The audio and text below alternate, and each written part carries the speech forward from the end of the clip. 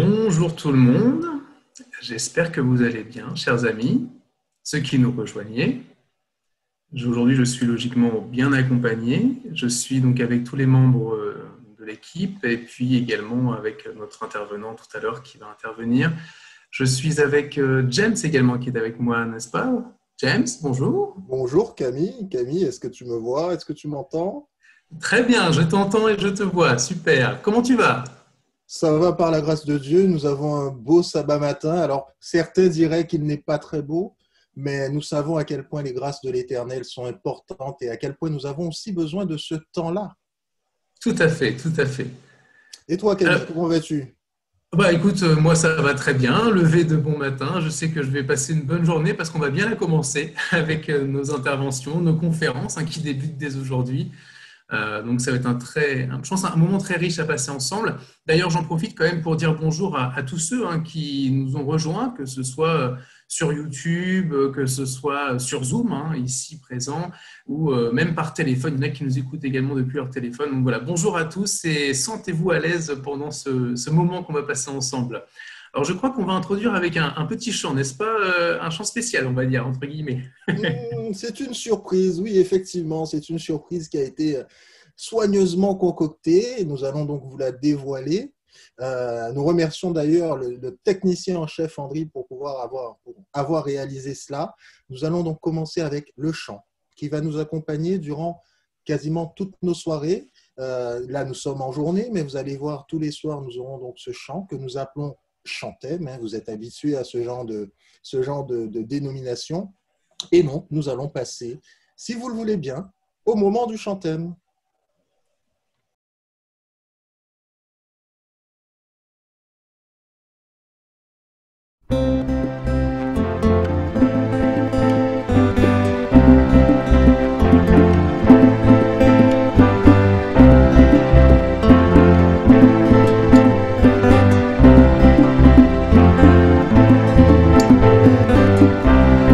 Je me réjouis dans le nom du Seigneur.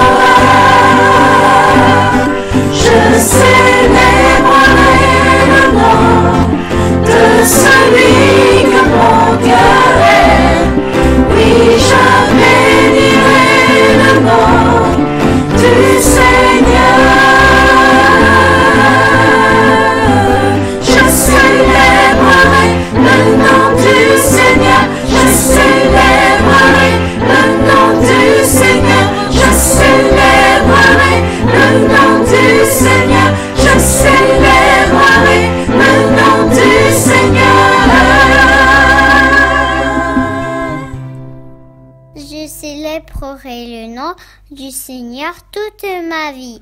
Amen. Amen. Ah, super, c'est vraiment une très belle surprise que ce chant. Je le découvre en même temps que vous, il faut dire ce qui est. Et je suis vraiment content de voir que plusieurs églises se sont mis à l'ouvrage, ont essayé de donner de la voix. Et voilà, c'est vraiment un très beau chant que celui-ci. Vous inquiétez pas, il y a eu quelques moments un peu saccadés. C'est parce qu'on a voulu avoir une bonne résolution. On fera en sorte que ce soit réglé la prochaine fois. Vous inquiétez pas, vous pourrez voir le chant voilà, de façon fluide la prochaine fois. Il n'y a pas de problème pour ça. En tout cas, j'espère que vous avez apprécié. C'était le chant « Je me réjouis dans le nom du Seigneur » et j'espère que ce matin, on va tous se réjouir ensemble. Ça va être un programme, je pense, qui va vous faire du bien. En même temps, c'est Espérance 2020 et je crois qu'en cette année, on a véritablement besoin d'espérance. Alors, je crois que maintenant, on va passer à un moment de prière, puisque comme à chaque conférence, il est bon de débuter en remettant ce moment dans les mains du Seigneur, dans les mains de Dieu. Et donc, je vais vous inviter à prendre la position qui vous convient le mieux pour prier. Je vais inviter également Monique Bérubé donc, à nous rejoindre pour ce moment de prière et ainsi incliner la tête et de prendre ce moment pour être dans la présence du Seigneur. C'est très important. Monique Bérubé, c'est à toi qu'est la parole et qu'est ce moment de prière. N'hésite pas à allumer ton micro. Voilà, mon micro et ta caméra. est allumé, ma caméra aussi. Super, très bien, on te voit. Je vous invite donc à la prière. Éternel, notre Dieu, notre bon Père des cieux, nous voulons en cette matinée exprimer toute notre adoration pour ta grandeur et ton immense bonté. Loué sois-tu pour le privilège que tu nous donnes de pouvoir être assemblés par ces moyens techniques. Nous te remercions de ta présence, mais aussi nous te remercions de la présence de tous ceux qui nous rejoignent sur le Zoom ou sur YouTube. Nous voulons ensemble nous réunir pour écouter ce que tu as à nous dire. Dans ce monde où nous courons tous après le temps pour satisfaire nos besoins physiques et matériels, nous voulons à cette heure faire une pause pour nous mettre à l'écoute de ta parole à travers le message de ton serviteur Aniel Barbe, afin que nous puissions discerner les vraies priorités. Que ton esprit nous rende sages, nous rende réceptifs et qu'il inspire notre conférencier pour que ces paroles soient le reflet de ta volonté. Qu'il puisse toucher nos cœurs afin que nous ayons le désir de nous approcher toujours plus près de toi par ta grâce. Nous te demandons toutes ces choses au nom de notre Seigneur Jésus. Amen.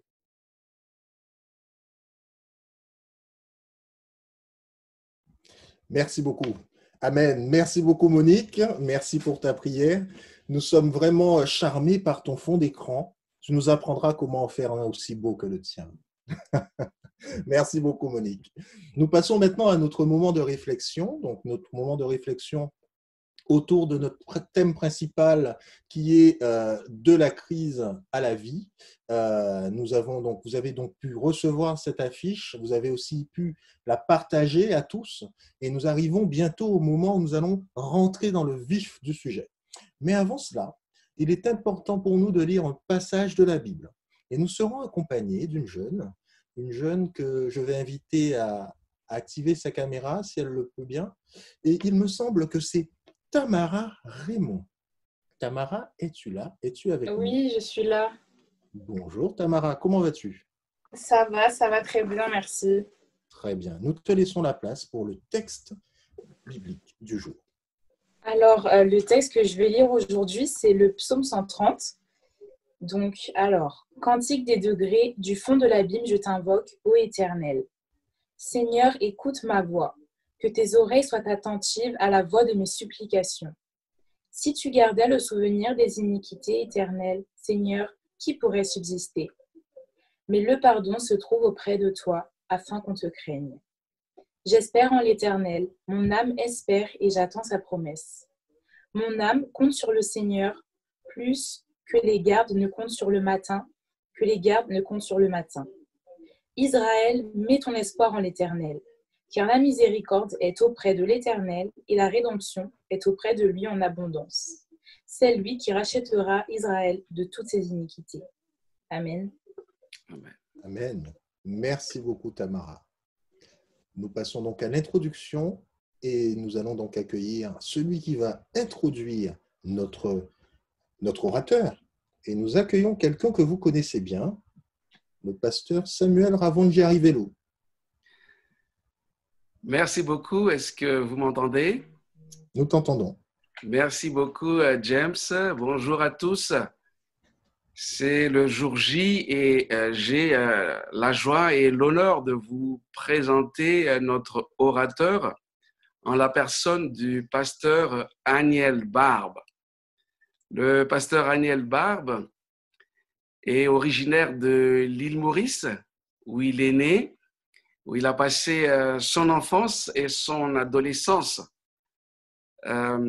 Très tôt, il a senti l'appel du Seigneur et il est parti au début des années 90 faire ses études théologiques ici en France, à Collonges-sous-Salève, en Haute-Savoie.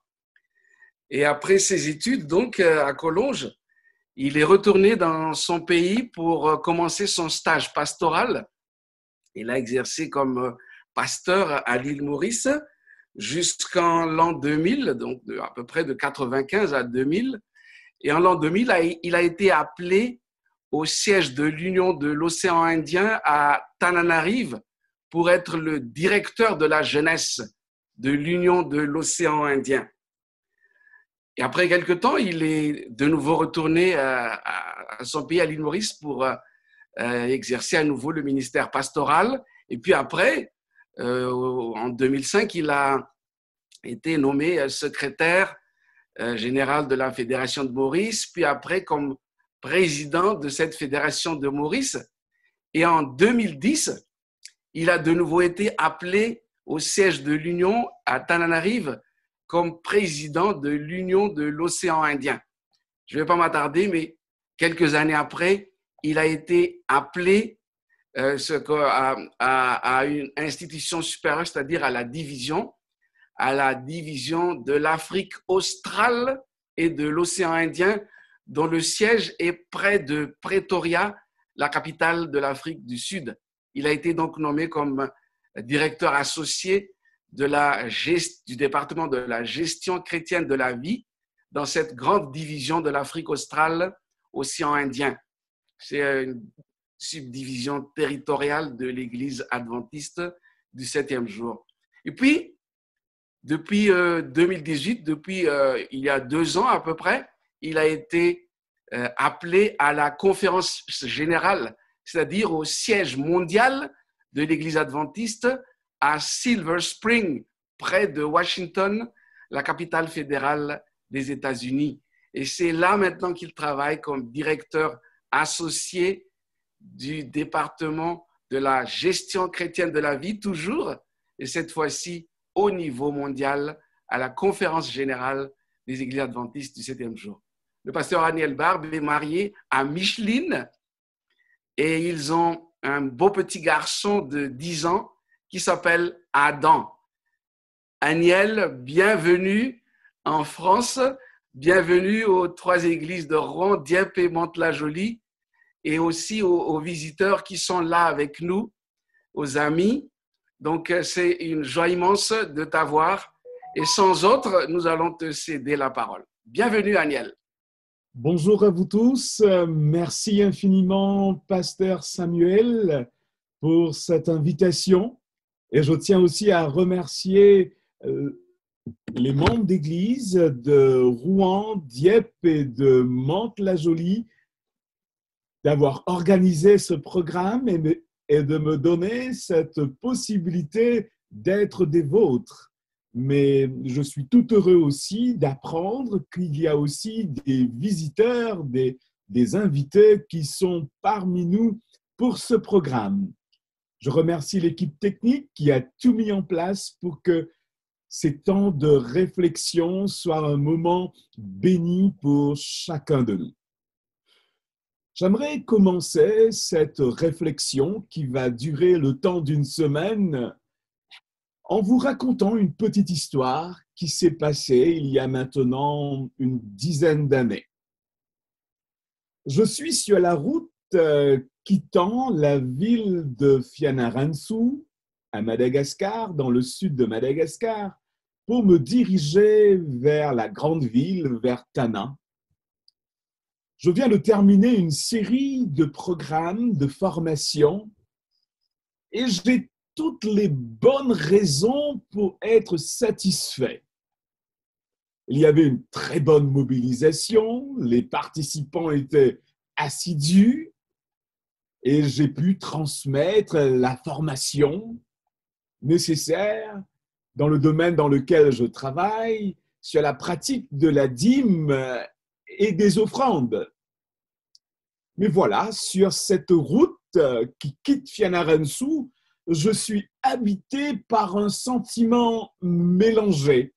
Non parce que la route est mauvaise, non, ce n'est pas la raison, mais mon silence durant ce programme au sujet de l'amélioration de la qualité de vie des participants. Ces participants étaient des gens fidèles et engagés, mais je réalisais qu'ils avaient besoin d'entendre quelque chose, de recevoir un message sur comment améliorer la qualité de leur vie. Et je suis resté quasiment silencieux dans ce domaine.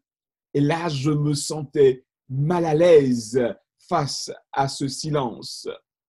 Et je me posais la question, n'est-ce pas aussi cela, la gestion chrétienne de la vie, d'aider les personnes, d'aider les gens à améliorer la qualité de leur vie, à répondre aux besoins existentiels, à répondre aux questions du quotidien. L'Église chrétienne et d'autres courants religieux, nous avons cette habitude de parler aux croyants pour leur dire « voici les obligations de Dieu, voici la liste de choses à faire ou à ne pas faire ». Quelquefois, nous sommes bien plus positifs lorsque nous parlons de l'avenir, nous parlons de l'espérance. C'est formidable, mais je sens que nous ne parlons pas suffisamment, nous ne disons pas assez lorsqu'il s'agit des besoins de l'aujourd'hui et du maintenant. Qu'avons-nous à dire? Quel est le message que la Bible, que je crois être la parole de Dieu, a à apporter aux besoins du quotidien? Certes, il y a cette promesse de Jésus que j'aime énormément, qui se trouve dans l'évangile de Jean, le chapitre 10, le verset 10. « Je suis venu pour que mes brebis aient la vie et pour que cette vie soit abondante. » Elle est magnifique, cette promesse. Mais quelle démarche suivre? Quelle démarche suivre pour s'approprier pleinement de cette vie abondante que Jésus promet?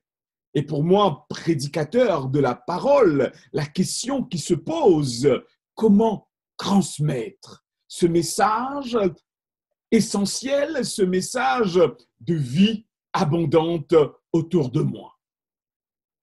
Là, je reviens sur le chemin de Fianarantsoa à Tana. Là, sur ce chemin, il y a une histoire de la Bible qui me revient à l'esprit.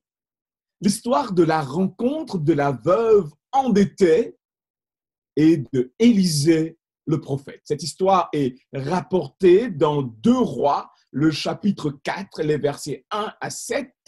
Et cette histoire me revient à l'esprit. C'est comme une révélation. Et je me dis, voilà le projet, voilà le plan pour aider les personnes à sortir de la crise à la vie.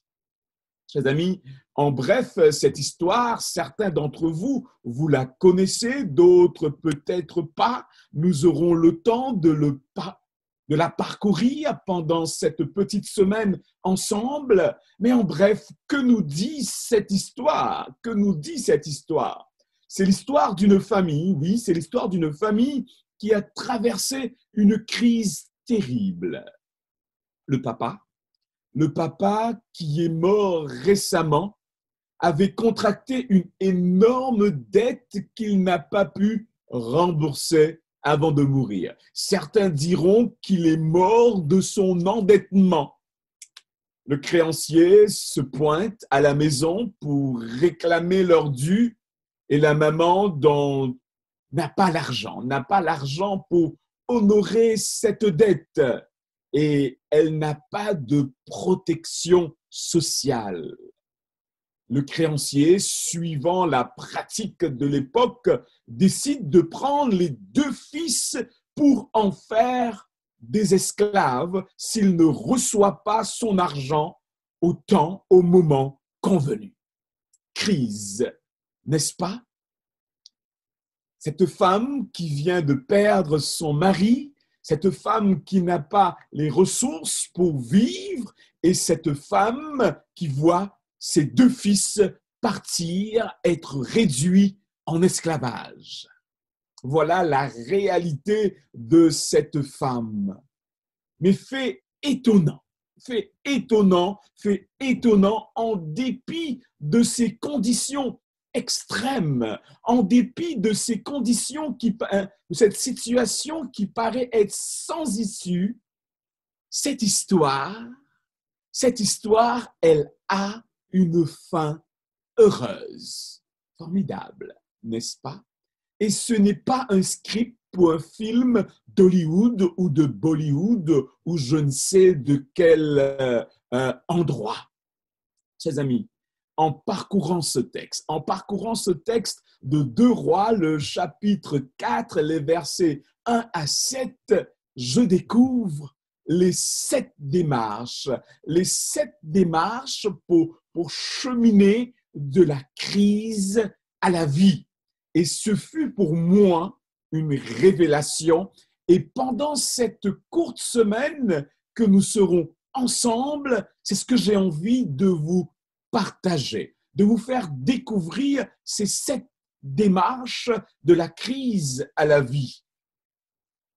En réponse au bouleversement, en réponse aux turbulences que connaissent le monde et la société actuelle, je pense que cette série de réflexions autour du thème de la crise à la vie, cette série de réflexions, elle est pertinente.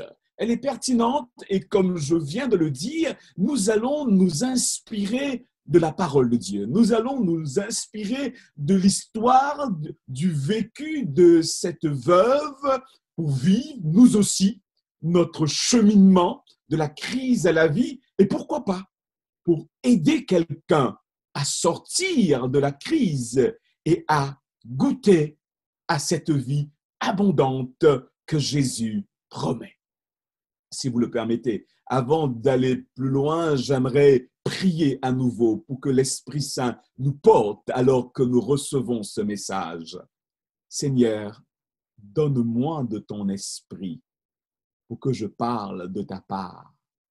Seigneur, donne-nous de ton esprit pour que nous puissions comprendre le message que tu as pour nous.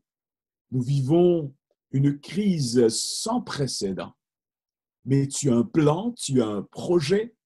Puisses-tu le révéler à chacun de nous. Au nom de Jésus, nous te prions. Amen. J'aimerais commencer en vous posant cette question. lorsque nous traversons par une urgence, lorsque nous vivons un temps d'incertitude ou une crise, où allons-nous en premier? C'est d'ailleurs le thème de cette première causerie. Courir à Dieu en premier. Savez-vous que beaucoup de personnes, étonnamment, choisissent de lutter seuls lorsqu'ils traversent une situation de crise? C'est vrai qu'il y a la panique, c'est vrai qu'il y a la peur, mais souvent les problèmes personnels que nous rencontrons sont associés à des sentiments d'embarras, à des sentiments de honte. Et j'ai remarqué que dans certaines cultures, cet embarras, cette honte est bien plus prononcé que dans d'autres. Mais en général, nous avons tous notre petite fierté personnelle, n'est-ce pas? Nous n'osons pas parler des difficultés, des problèmes que nous rencontrons. Et voilà que certains essaient même de cacher leurs soucis à leurs proches partenaires, à leur mari ou épouse. Mais vous le savez aussi bien que moi, ne pas dialoguer au sujet de nos soucis pourrait être une omission dangereuse. Il existe aussi cet autre sentiment que je vois, que je découvre chez le croyant, c'est le croyant ressent souvent une certaine culpabilité lorsqu'il traverse par un problème, lorsqu'il est affecté par une crise. Il se dit, si je crois en Dieu, si je suis fidèle, est-ce normal que je traverse par ces problèmes? Hier, un collègue à moi me parlait au téléphone, il me dit, tu sais, ça fait plusieurs jours depuis que ma femme est sérieusement malade. Ma femme a la COVID-19. Je me dis, waouh! Est-il possible que le croyant que nous sommes, lorsque nous sommes affectés par les problèmes de la vie, qu'on ressent cette culpabilité, on remet en question notre engagement de chrétien. Mais voilà que la veuve dans notre histoire, au lieu de se replier sur elle-même, au lieu de ressentir, peut-être qu'elle ressentait cette culpabilité, je ne saurais vous dire, le texte ne nous parle pas de cela, mais ce que le texte me révèle est très intéressant. Au lieu de rester à la maison avec ses deux fils, la veuve, dans notre histoire, elle choisit de parler. Elle choisit d'extérioriser son problème. Elle choisit de rechercher de l'aide. Chers amis, pour ce cheminement de la crise à la vie, le point de départ, c'est de choisir d'en parler. C'est de choisir de courir dans la bonne direction. Et là, avant même d'aborder l'aspect spirituel de cette démarche, j'aimerais te proposer ceci pendant cette semaine. Je ne sais pas ce que tu es en train de vivre en ce moment, mais prends un engagement envers toi-même que tu vas en parler. Que tu vas en parler peut-être à ton conjoint, que tu vas en parler à quelqu'un à qui tu as confiance, que tu vas en parler au pasteur Samuel, que tu vas en parler à quelqu'un à qui tu as confiance. Parce que c'est la première des démarches si nous voulons sortir de la crise. Courir dans la bonne direction, parler de ce que nous sommes en train de vivre, parler de notre défi. Nous lisons dans ce texte de 2 Rois, le chapitre 4, le verset 1er. Je ne l'ai pas mentionné au début, peut-être qu'on vous l'a dit, il est important pour vous d'avoir une Bible ou d'utiliser votre téléphone, mais suivez avec moi ce texte, ces différents textes que nous allons lire, parce qu'en lisant cela, nous allons construire notre savoir et nous allons construire notre conviction. Ce texte de 2 Rois, le chapitre 4, le verset 1er nous dit « Une femme de la communauté de prophètes cria à Élisée. » Intéressant, n'est-ce pas? Elle choisit de crier, elle choisit de faire entendre sa voix, elle choisit de ne plus pleurer. Certainement qu'elle a dû pleurer énormément, certainement qu'elle a versé des larmes, mais là maintenant elle se dit non, je dois en parler. Ton serviteur, mon mari, est mort et tu sais qu'il craignait l'Éternel. Elle parle de son problème, la perte de son mari, et elle continue en disant ceci. Or, le créancier, oui, le créancier est venu pour prendre mes 2 enfants et faire d'eux ses esclaves. Ses 2 fils étaient son avenir. Ces 2 fils, c'était l'espérance que demain sera meilleur. Et là, elle est en train de dire, maintenant, il ne me reste plus rien. Je perds mes 2 fils. Ce passage nous apprend que l'endettement était la source des problèmes de cette famille. Nous ne savons pas la raison. Nous ne savons pas la raison qui a motivé ce père de famille à contracter une dette, mais je suis sûr qu'il avait la certitude de pouvoir rembourser. C'est d'ailleurs la certitude de tous ceux qui empruntent. On est convaincu de pouvoir rembourser et ensuite on se retrouve devant un gros problème, un gros souci. Souvent, lorsque nous rencontrons quelqu'un qui traverse par un problème, qui traverse par une crise, on veut chercher la raison, on veut connaître le pourquoi, ce qui a causé cela. Mais ce qui est intéressant, le prophète ne pose pas la question, n'essaie pas de creuser pour savoir pourquoi ton mari a fait ce mauvais choix, pourquoi ton mari a pris cette mauvaise décision. Le prophète accueille simplement. Et là, j'aimerais te dire ceci. Lorsque nous courons vers Dieu, il n'essaie pas de creuser notre passé.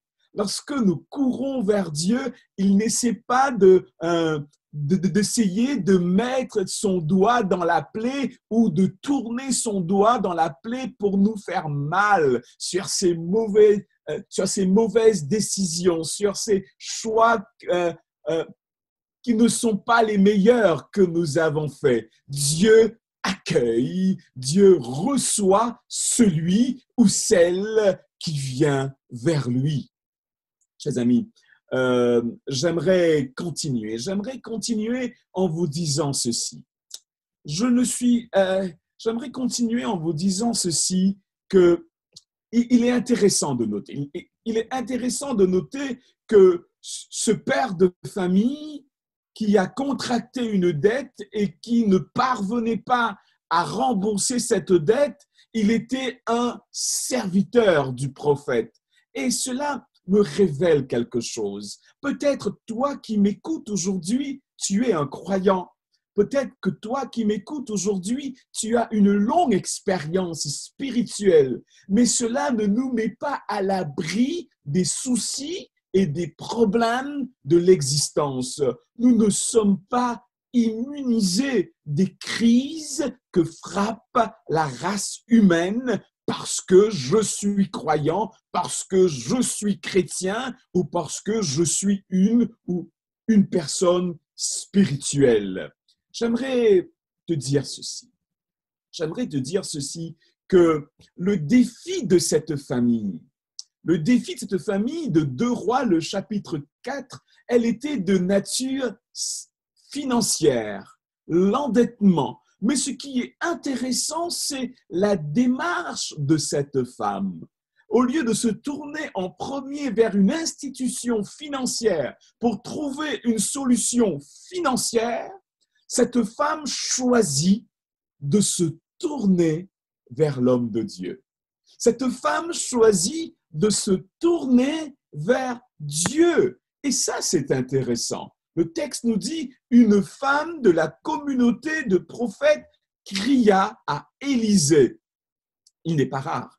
Il n'est pas rare que les gens qui sont en train de lutter pour rembourser une dette, de chercher un endroit où emprunter pour rembourser la dette existante. Lorsque j'ai un problème d'ordre de santé, ma première démarche, c'est de courir vers le médecin. Lorsque j'ai un problème d'ordre émotionnel, ma première démarche, c'est d'aller voir le psychologue. Lorsqu'il y a un problème sanitaire tel que nous sommes en train de vivre aujourd'hui, la première démarche des peuples aujourd'hui, c'est de dire quand est-ce qu'on aura le vaccin? Je pense que toutes ces démarches sont justifiées, toutes ces démarches sont normales. Mais cette veuve est en train de nous présenter une autre démarche, une démarche que je qualifie d'une démarche supérieure. Elle choisit de se tourner d'abord vers Dieu. Elle choisit d'aller d'abord dans la direction de l'homme de Dieu. Chers amis, parmi les croyants engagés, plusieurs hésitent d'impliquer Dieu dans les détails de leur vie.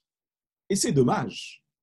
Nous limitons souvent les interventions de Dieu aux dimensions dites spirituelles de notre existence. Lorsque j'ai un problème de conscience, là, je me tourne vers Dieu. Lorsque j'ai besoin de direction morale, là, je me tourne vers la parole de Dieu. Mais est-ce que je me tourne vers Dieu lorsque mes soucis, lorsque mes problèmes sont d'une autre nature?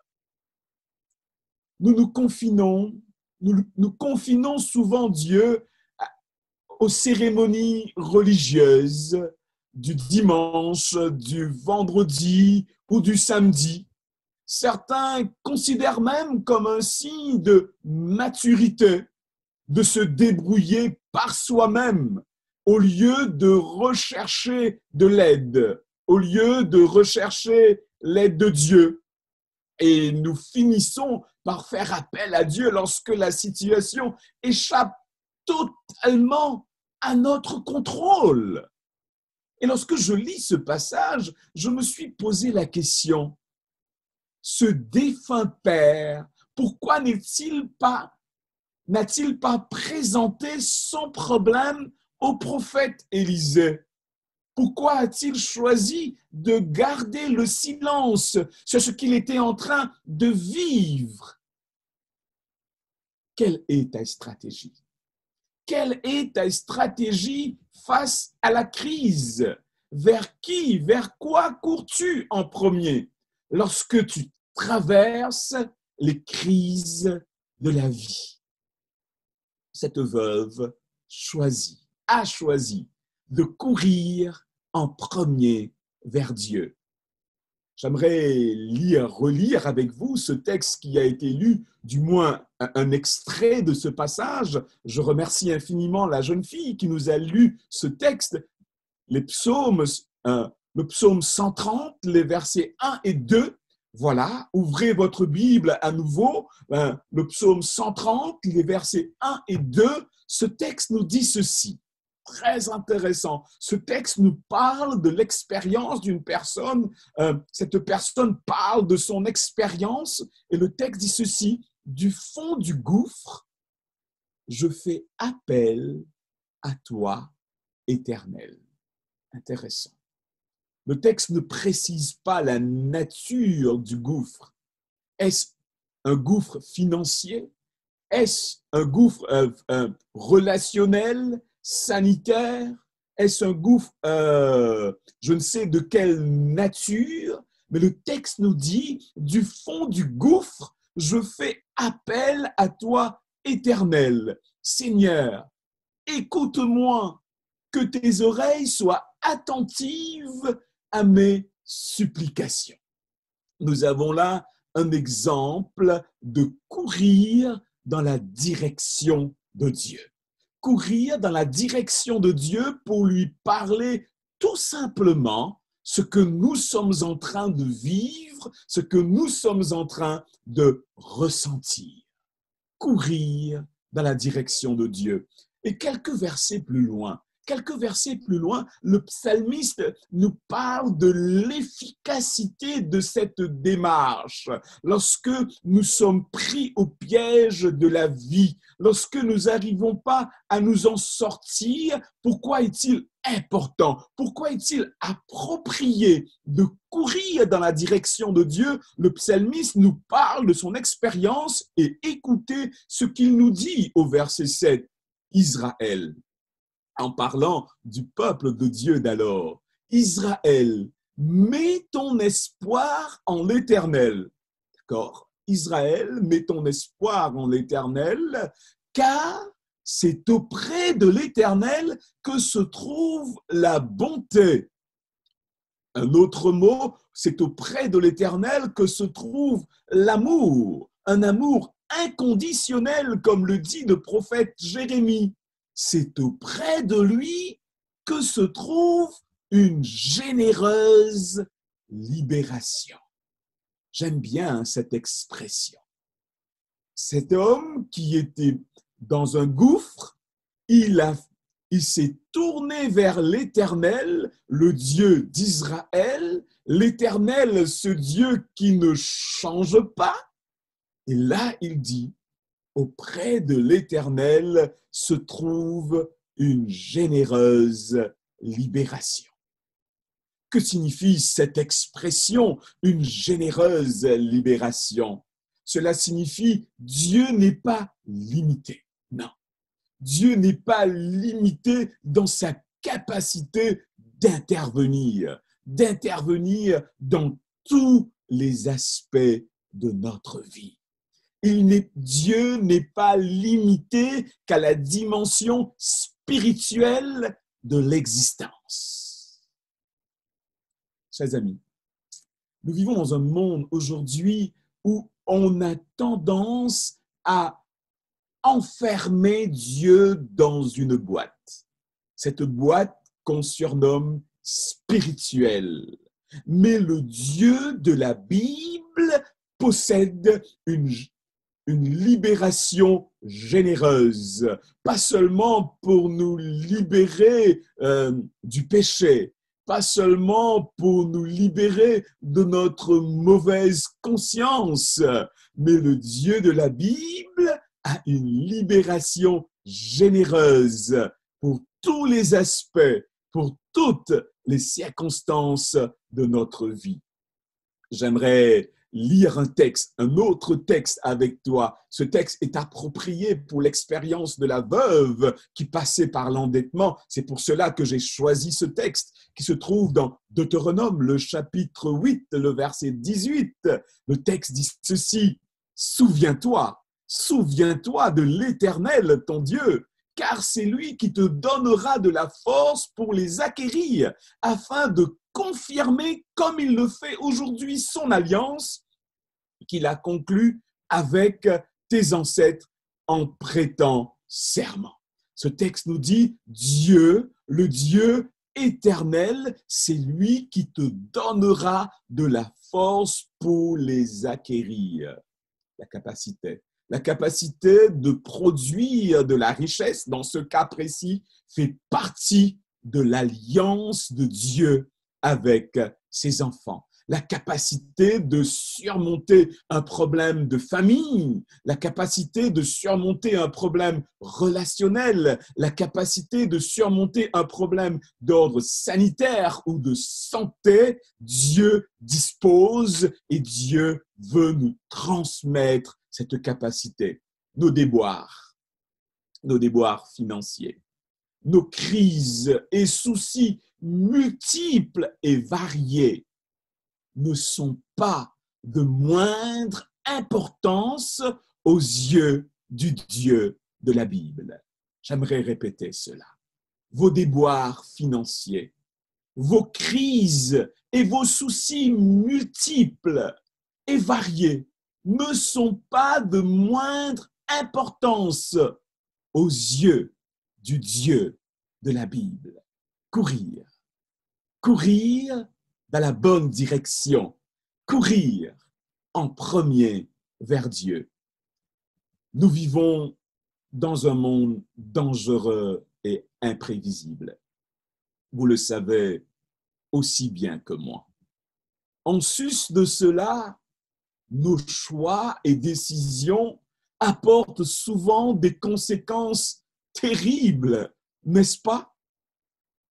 Lorsque nous sommes affectés par les bouleversements et les turbulences de la vie, céder à la panique ou s'isoler ne sont pas les meilleures réponses.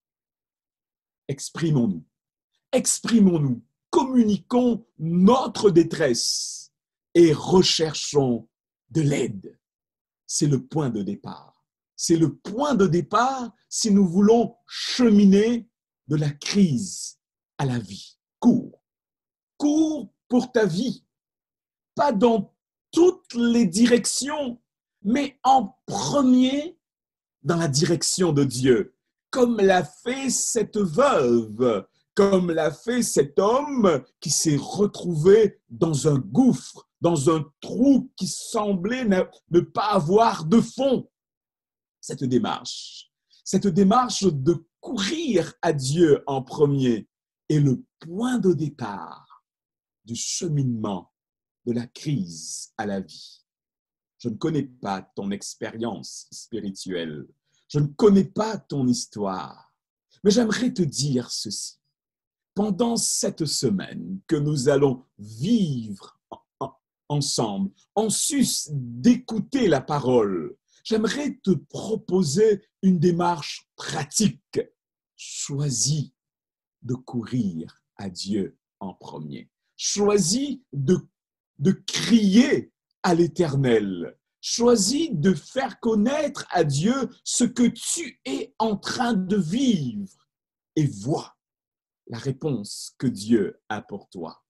Je ne saurais te dire quelle est la réponse que Dieu va te donner, mais une chose dont j'ai la certitude, Dieu te répondra. Dieu te répondra. Et Dieu va enclencher ce qui est nécessaire pour que tu puisses sortir de la crise et sortir du gouffre. Peut-être que tu découvres aujourd'hui ce Dieu de la Bible. Peut-être tu as entendu parler de ce Dieu mais tu n'as jamais eu une relation intime et personnelle avec ce Dieu. Pourquoi ne pas vivre une expérience avec ce Dieu de la Bible? Il dit, criez à moi et j'interviendrai. Venez vers moi et je vais vous accueillir. Cela ne coûte rien. Le temps d'une semaine de crier à Dieu, de rechercher Dieu et de voir comment il interviendra pour toi, comment il interviendra pour ta famille, comment il peut changer ta réalité. J'aimerais prier pour toi, si tu le désires, et te confier entre les mains de celui qui dispose d'une libération généreuse, une libération qui est suffisante pour chacun de nous, une libération qui touche toutes les sphères, toutes les dimensions de la vie. Si tu le veux bien, joins-toi à moi et nous allons prier ensemble. Seigneur, nous voulons te remercier parce que tu nous donnes une parole d'espérance au milieu de la crise. Alors que beaucoup se sentent seuls, isolés, alors que certains se sentent perdus, mais toi, tu nous dis de courir dans la bonne direction. Tu nous invites à courir vers toi. Et c'est ce que nous voulons faire, Seigneur. S'il te plaît, manifeste-toi pendant cette semaine. Tu nous dis de le faire avec la foi, en ayant confiance. Mais tu me connais, tu nous connais, Seigneur. Nous sommes remplis de doutes. S'il te plaît, augmente ma foi, augmente notre foi, parce que nous voulons vivre une expérience. Nous voulons vivre une nouvelle expérience, comme cette veuve dans notre histoire, comme cet homme qui s'est retrouvé dans un puits sans fond. Nous voulons vivre la même expérience de la libération généreuse. Rends cela possible pour nous. Cette promesse qui se trouve dans ta parole, j'aimerais, Seigneur, que tu la réalises pour chacun de nous pendant cette semaine, afin qu'à la fin de cette semaine, nous aussi, nous puissions dire la même chose. Auprès de l'Éternel se trouve une libération sans pareil. C'est l'expérience que nous voulons vivre et nous t'invitons à être à nos côtés. Merci pour tout. Au nom de Jésus, nous prions.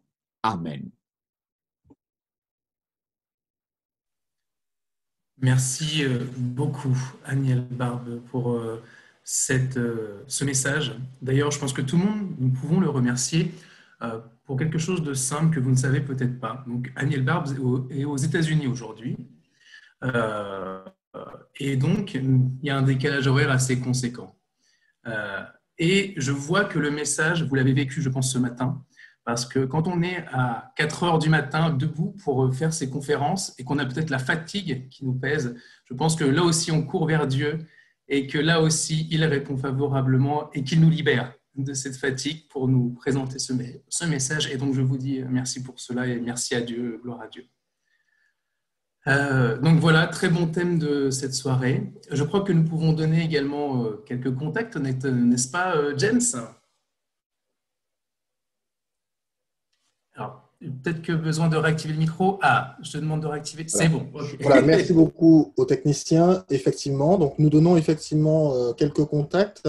jésus.espérance2020@gmail.com. Donc c'est une adresse mail sur laquelle vous pouvez nous contacter, nous faire part de vos remarques, suggestions, nous demander de prier pour vous, pour vos proches. Nous pouvons effectivement recevoir vos sujets de prière, nous demander des informations, des études bibliques. Vous pouvez aller sur cette adresse mail. Donc, je vous la rappelle, jésus.espérance2020@gmail.com. Très bien. Nous vous invitons donc à nous faire part de vos remarques, vos suggestions et vos prières sur cette adresse mail. D'ailleurs, certaines personnes ont posé des questions sur le YouTube, parce qu'on rappelle qu'on est présent en live sur YouTube. Oui, il y aura bien rediffusion de ce programme. Vous pourrez y avoir accès depuis le YouTube de l'Église adventiste de Mantes-la-Jolie.